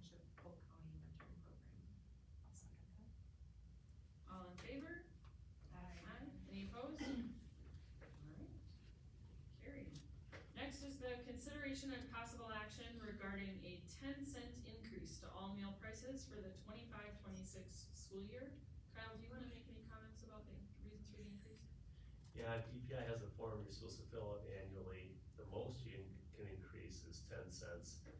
Amy Herman called DPI and said the size of our district, we didn't have to apply it, but our fund 50, fund 50 is in the red. We've been trying to transfer from 10. So as cost of food goes up, we've got to at least keep pace. And those kids that are free and reduced still get free and reduced for those rates. So it's just a dime for lunch more because cost of food's going up. And I would expect to see this every year for ever. Any questions for Kyle about the proposed increase? Can I get a motion? I'll make that motion. I'll second that motion. All in favor? Aye. Aye. Any opposed? Okay. Increase approved. Next is the consideration and possible action regarding the 25-26 and 26-27 co-op application with Luck for Boys Baseball. And so this is to continue that co-op. Those sports co-ops, are things that, I mean, we have to renew them, and they do work on those 2-year sort of schedules, so everything's done pretty far in advance. Can I get a motion to approve continuing that? I'll make a motion. I'll second. All in favor? Aye. Any opposed? I know it's passed tonight, but can I ask a quick question? Yep. Kyle, do you know if Luck has passed this agreement? I don't know. They're meeting on Monday night. And I didn't ask Corey on Tuesday. I just assumed they can't have a baseball team without us. Yeah. Just a curiosity. Yeah, no, that's a good question. 10G, we had moved to the earlier part of the meeting, Debbie and the defeasance, so we did already vote on that. So we're on to 10H, consideration and possible action regarding the 25-26 North Lakes Dental Agreement.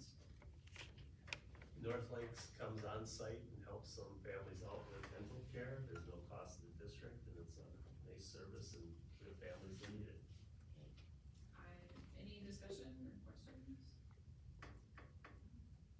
I'll make a motion to approve that agreement. How do they check? I'm just curious, how do they check the teeth? They set up They they bring a whole bunch of come in a conference room and they set up a chair and Oh, wow, okay, Yeah. so there's, I was like, Coming multiple times. it's a really cool program. That's It's a really awesome. cool program. Okay.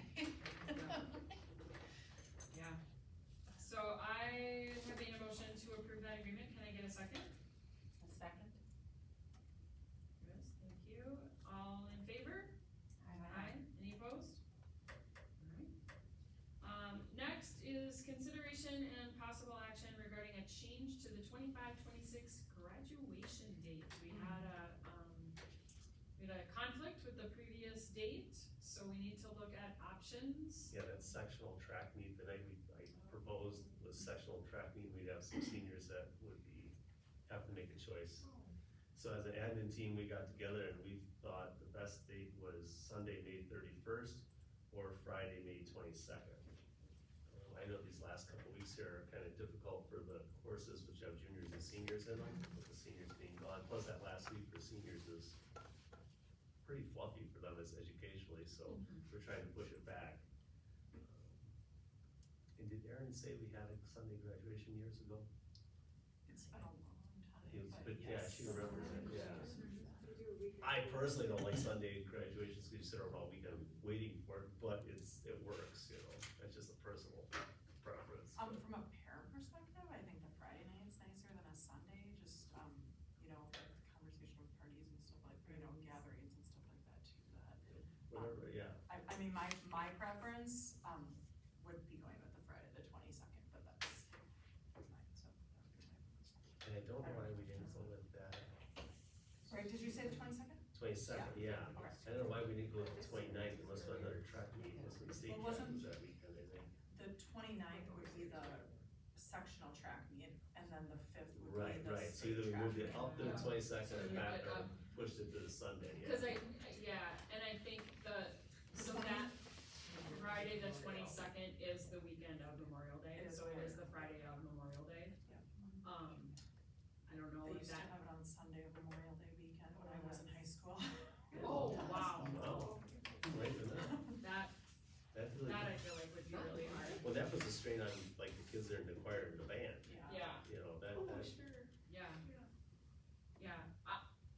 I don't know, I'm sort of partial to the Friday date, obviously I'm not gonna have a graduate, but I think that families in our community are used to being able to use the weekend of graduation for their parties, and having a Friday graduation ceremony makes that a little more possible. Not that we don't have students that have their party before, we do, but, Did, I mean, did any of the administration have any thoughts on that? we just were trying to push it back as far as possible, because we still knew we had school after the 31st. Do you think it will be hard with other local schools having theirs the weekend before that? Like, I mean, 2 weeks before, like, is that an issue or? I don't know, I got the program from the paper, which showed everyone was on the 16th, 17th, 23rd, there was quite a few. Yeah, I guess Lux is a week later this year. I mean, I guess it'd be easier if they're on different days, so if someone wants to go to one of the other ones, they can go to 2, right? Cause there was how many on last Friday night, and how many are this Friday night? Okay, well, there's 4 of them one night, one time, you can't get them all. yeah. I don't know. There's, whichever one you pick's gonna be right for some people and wrong for others. Yeah. Yeah, There's no getting this exactly right, cause, I think sticking with Friday, just because that's what we have done for so long, probably a good idea, just to keep it similar. Cause we're probably doing Friday the following year, so. okay. That's my only. You could push it comment. back even farther to June something, but I don't think you would. What? Girls say would love that. Well, I know this school's graduating on June 8th this year. I do too. me too. Yeah. Yeah. My nephew is graduating. Are they the big Yeah. schools though? Huh? Are they the big schools? Washburn, No bigger It's than June. us. Oh. June 8th, they're on a Sunday, June 8th. Yeah. Yeah. I think Friday, May 2nd is probably a good way to go, and we can, I think if part of our goal over time is to try and push that a little further for seniors to stay with us a little longer, I think that's a conversation we can have over coming years and figuring out, ways to do that, kind of preparing people for that. And we might see, like, Memorial Day is gonna jump here pretty soon. It is. Do you know what I mean? Memorial Day is really early this year Right, and next right. year, which has caused these to These bump up problems, even yeah. further, and so I think that's. That's true, as that So shows. we're gonna see a shift here as soon as like it bumps back, Right. like to the 31st of, Yeah, it's always different, yeah. yeah. All right, so can I get a motion, for Friday, May 22nd? I'll make a motion to Friday, May 22nd of 2026. Can I get a second? All in favor? Aye. Any opposed? Renee, All right. you can one upstairs to the next It's the thing. 16th. It's the Right. 16th next year? Yeah, it's a week earlier. Okay. That's It's important. a personal thing, so I'll have that conversation outside of a board meeting. Well, the 16th is important to me next year. Yes.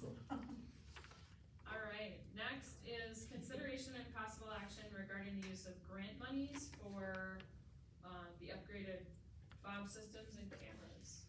Kyle? We have a grant of which 20% of the money can be used for school safety, which is $60,000, and Brandon has got a quote to add some cameras, update some,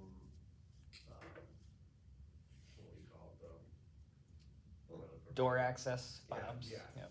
So, and fob access to doors, and his quote is for, so we had to come in under 60 because that's what we have, and his total price is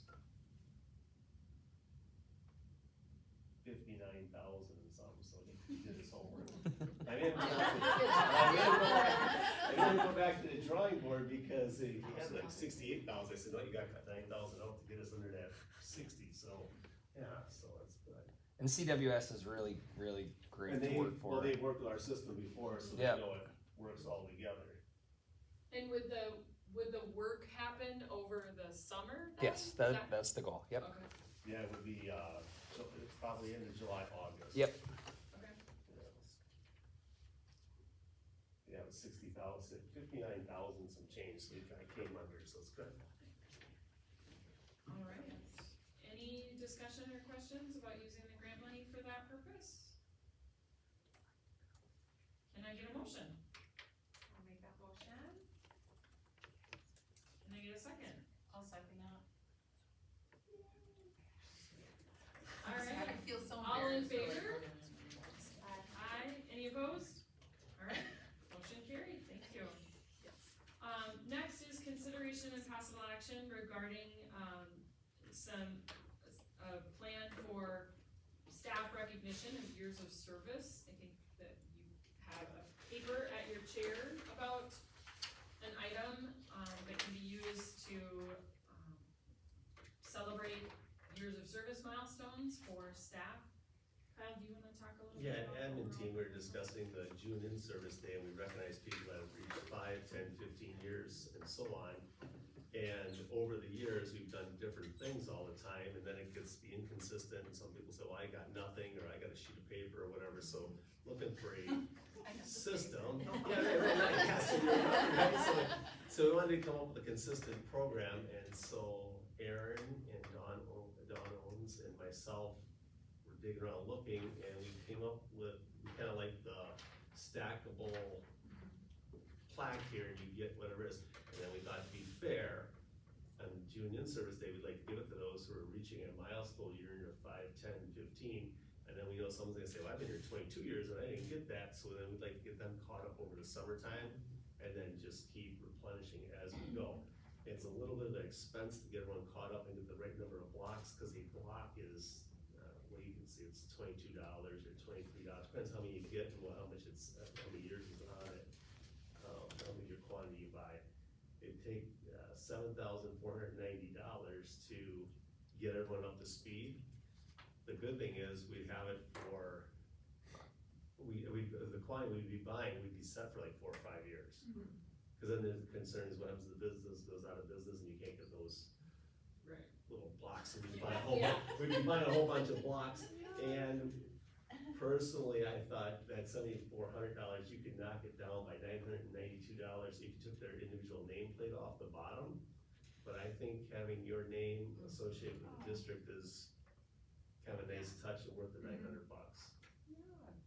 don't know, but then we wouldn't have expense every year for, this would get us taken care of for quite a few years.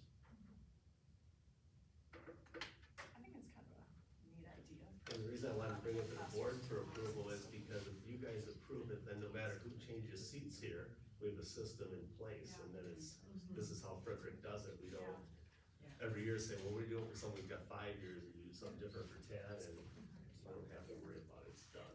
I really like the idea of having something consistent, and then it becomes an opportunity for the admin to plan how those get presented, so it's consistent and staff can be celebrated. I want them to feel good about those milestones. We feel good about those milestones, and to me, it makes sense to put something behind that, to show them that we feel good about it. And we have money in 2 different supply accounts that's not been used, we do have funds available, it's not, we underspent in a couple areas, so I had Libby do some digging in the budget to make sure we could cover it, so. It's not breaking the bank, is what I'm saying. I will make a motion to approve that plan. Can I get a second? Second that. Okay, thank you. All in favor? Any opposed? Alright, thank you very much. Excellent. And then, last one, in the action items, consideration and possible action regarding the proposal for free haircuts for students. April, we did have the, staff member who's making this proposal came and spoke with us at the beginning of the meeting during, the public comment, just commenting that, she has noticed a need for our students. She would The only ask she's making from us as a district is that we provide space and an opportunity for her to do this on a weekend. That she would provide a way for families to make an appointment with her and provide free haircuts for any student in the Frederic district. She's licensed She's licensed. and she's bought her own liability insurance. So, Insurance was my only question, and Yeah. she got that, Yeah. when she brought it up to me, Yeah. that was my only question, she went out and got it, so. I know she talked about having parents present, like part of me feels like at a certain point, like I mean, especially the littles, the parents are gonna bring them in, but I was Yeah. thinking like if there's bigs, you know, maybe at a certain age, the parent comes in for the first haircut with them, and then after that, there's, you know what I It's mean? okay after Or that. one mom can bring her and her neighbor kids to, you know what I mean, like, maybe there's some sort of form, just cause I was thinking like, once again, after the initial haircut, maybe there's some, that was only my thought too, is like, does the parent need to come to every haircut, or once we've agreed on like, here's the It's style, okay and, are we yeah. okay what that, about like you a know, first clinician set? that's what, yeah, I mean, Perfect. some, Because they have to sign up for an appointment, so the adult will have to make the appointment, so I say if you make an appointment, that's kind of like giving permission. For the True. style of your Oh. haircut, the first one, yeah, yeah, yeah. yeah. But I was just gonna say, I mean, I feel like I would be comfortable of like, you know, after that agreement is made. Well, A 14-year-old same doesn't thing. need mom take them in for a Yeah. haircut, right? Right, Yeah. if they can get here on, you know, Yeah. that makes sense to me, and if the parent is part of the appointment process, that's sort of Yeah. their approval. Yeah. Is the scheduling Yeah, of I the know. appointment. If So that she's- was my only thing, is just if we were That makes comfortable with sense her, to me. cause I'm just like. Cause even like she could be like, hey, is there like, you don't want your kid to have a mohawk or something, for Yeah. sure the parent could say that over the phone or whatever, Yeah.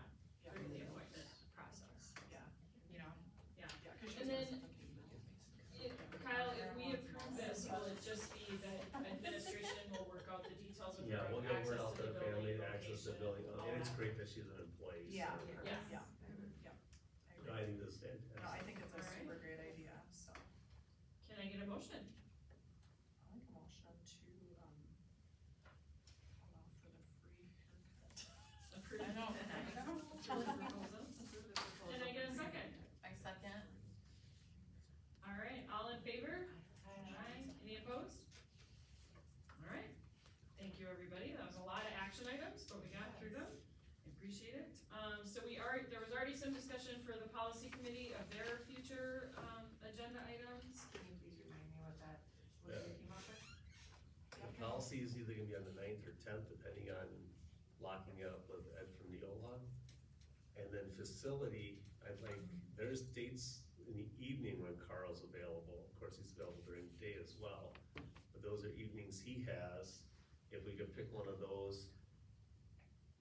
He has a couple projects he wants to discuss with the committee, and then he also wants to have you go over to the shed and look at the shed to see what is all over there.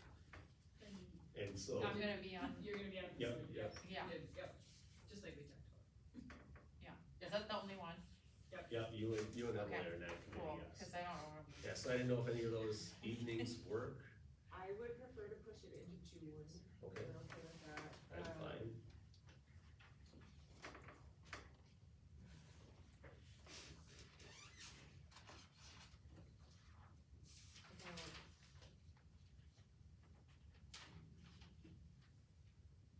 The second would be okay, April, do you have a preference?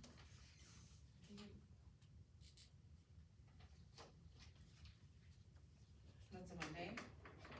Yeah, the second is a Monday, the 9th is a Monday, I mean, I could do 9th as well. I'm okay with, yeah, I'm okay with that. With the second? Yeah, Okay. what time, and whatever times, What time works for you guys? for me, it has to be at least after 5 in the evening, cause of childcare, and I ran into that tonight, so, After 5, yeah. okay, and then 9 or 10, either of those either? Yeah, I'm fine as long as it's like, Okay, I mean, unless I'll you go can. for that one then? let's go for that Okay, one. alright. Can we put it right at 5 o'clock, is that okay, or we can be? Yeah. with that? Okay. Tonight was just something else. Yeah, that's okay. Instead of putting, I was like, okay, at 5. fashionably late, You want at but 5, I you ate it, said? right? Yeah, let's do 5 o'clock Okay. on Monday the 2nd. Alright,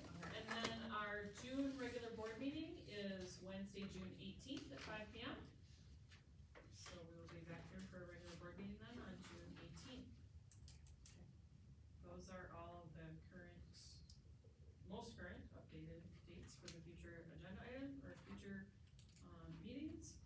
We do have a closed session, tonight, but we are gonna go ahead and take a 5-minute break for everyone. Take a 5-minute break, come back to the closed session. One more thing we should do for meetings, board retreat, board working session. Oh, yeah. Because we got, and here was their calendars too. Okay, Do we- hang on, do we don't want- go anywhere. Do we want Come that back. before the June meeting or Maybe our after the June business meeting? is supposed to hang out. The June meeting is the 18th of June. I'm gonna say after. Well, this is our planning session? Yeah, Okay, we want- yeah. that's okay, I just didn't know what we wanted to do.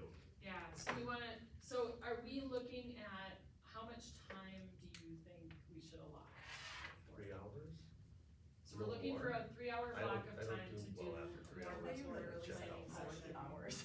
What? What's that? I thought you literally said 40 hours. No, I said 3 I did hours. hear that as well. 3 hours and after Oh, 3 yeah. hours, because that We're looks like gonna it. do a lock-in. And then that's I'm the just- most. Oh, good old village, That's right? the Yes, most. yeah. I checked all No, that. I agree. Let's go. Yeah. So, okay, so you wanna, I don't know if you wanna establish that tonight, what date that is, or if you said wait till after the June meeting is fine. It's up to you guys. I just think scheduling wise I know for my life, it would be easier if we didn't have that on the calendar before the June meeting. Like, we can schedule it tonight, We but can after schedule it the tonight June, as, after I'd June. like it to take place after the June meeting, if that's possible. Um, Do you like to stick with Wednesdays? Me personally works out better. That's totally fine. So like the 25th and the 2nd. I'm on vacation that week, I'm going to Glacier National Park, so. Sounds like fun. You got me well, yeah, The sorry. second is I'll wonky, come can back we go before all the the way to second, June, to July 9th? To stay away from the 4th of July Yeah, holiday. stay with me on, June 9th. July 9th? Sorry, July July 9th. 9th, yep, sorry. Our board meeting in July is the 23rd, 2 weeks before our.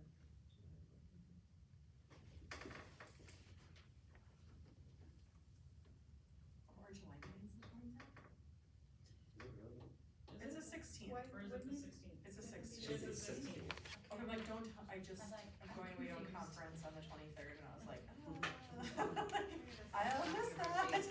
On the 9th, I got out of town people coming to my house. It doesn't Like, have the to only be time I- Wednesday. Okay, alright, I'm just. Good, it's the same question. Can we look at something, did you say you're out of town the week of June 23rd? Yeah, that's the week I'm out of town. Monday, we may illustrate to you. Monday the 30th of June. I forget that.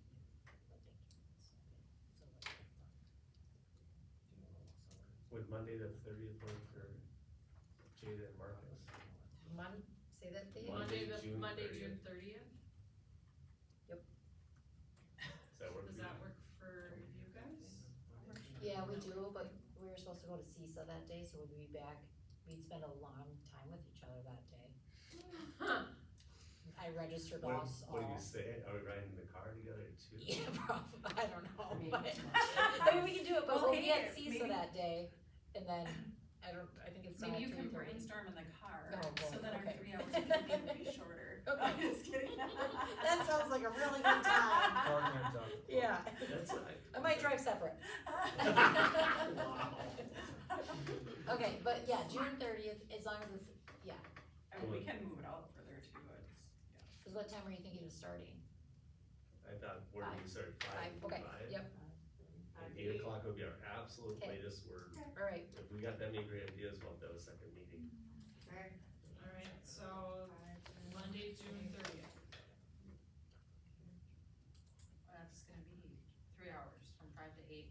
At the max. No We more might than get 3 done, hours. we might get done, I'm just saying, No, after, yeah, after yeah. 3 hours, I turn mushy. Sentiment.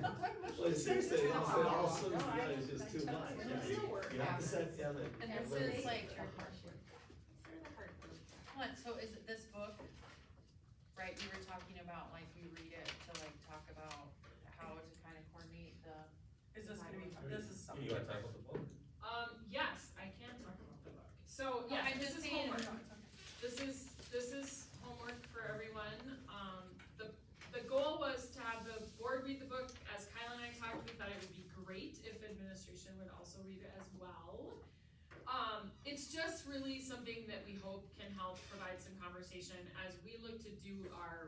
together as a board, this is just all about different styles of communication. And we could use the information in this book to learn something about each of us, how we communicate, how we like to be communicated with, that might help our board function a little bit better. So that was the thinking. It's not super long, it's hopefully a fairly quick read. I think the hope and goal, the reason we wanted to have them here tonight is to give people an opportunity to hopefully read this before the board planning session. Gotcha. So you got a month of So that deadline, got it, June 30th. good at that. So that's homework. I look forward to It's chapter the 9. first and only time in my life I've ever decided homework.